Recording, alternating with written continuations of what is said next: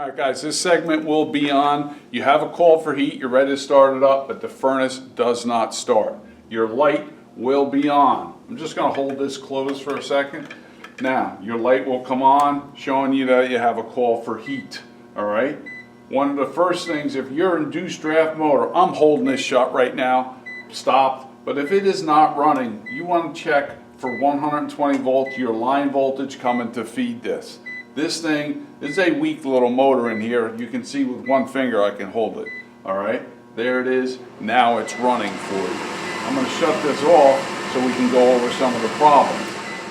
One of the problems that could have been holding this motor from running is you may have dropped a 2-inch screw down there or a piece of drive down in there. Anything like that could stop this motor. So pop this off real quick and make sure that that's not your issue.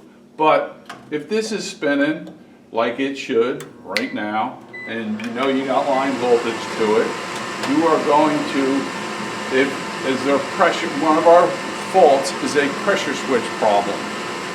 This is our pressure switch up here. You wait a minute and then read your board, make sure you're getting the right code on it, whatever the codes may be, and we're going to go over that right now.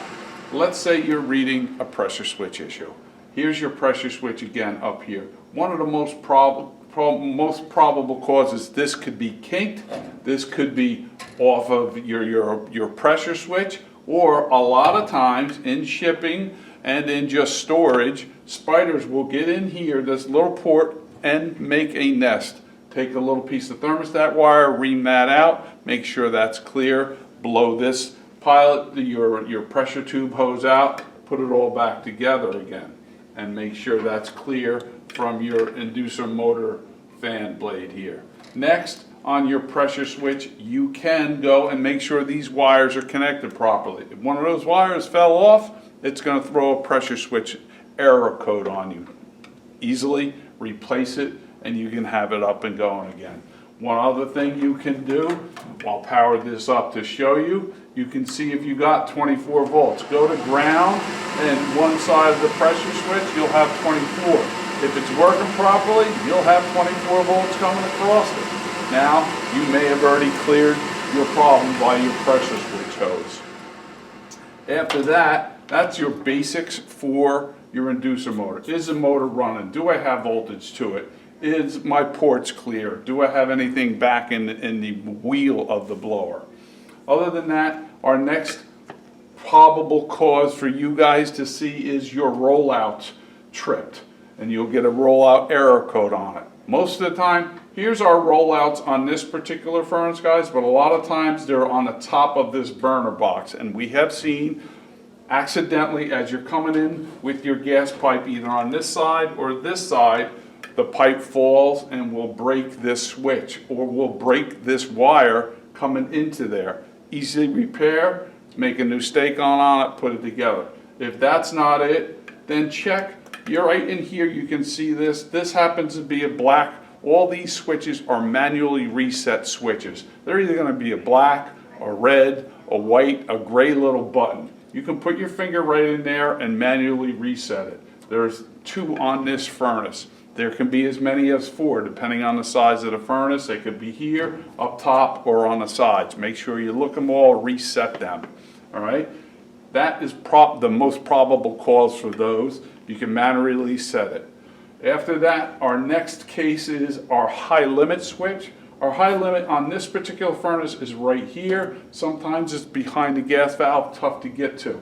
Check those wires. Again, as you're coming in with your gas pipe, you could pull them off.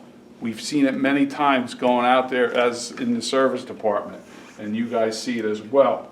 If a quick tip for that, if you're throwing a high limit trip on this on a call for heat, you won't get heat, but the blower will come on instantly. That's to cool the furnace down. That's saying, hey, I got a limit here. That's open. That switch should be open. If you do it, shut your furnace down, pull this 2 screws out and bring that out. If it's not the wires, you can easily tap on that switch and possibly get it closed. Once it's closed, you can put it back in. For temporary use, I would let the office know that I was able to get this switch closed, but we do recommend replacing that switch. Start it up, let the system run. If none of that is your problem and all your wires are good, I would come back, make sure your Molex plug is connected here, all these wires are good and secure. If not, then it's time that we have to get somebody in the service department out there to further troubleshoot this. But let's say you fixed one of these error codes or something that you found also. Dan, our installation manager, wants these furnaces ran for a half hour. If you find an error code, he would like you to see this thing run for a good half hour so none of this could trip. A furnace isn't going to run in somebody's home for a half hour. So let's get into that practice, please. Thank you. All have a good day.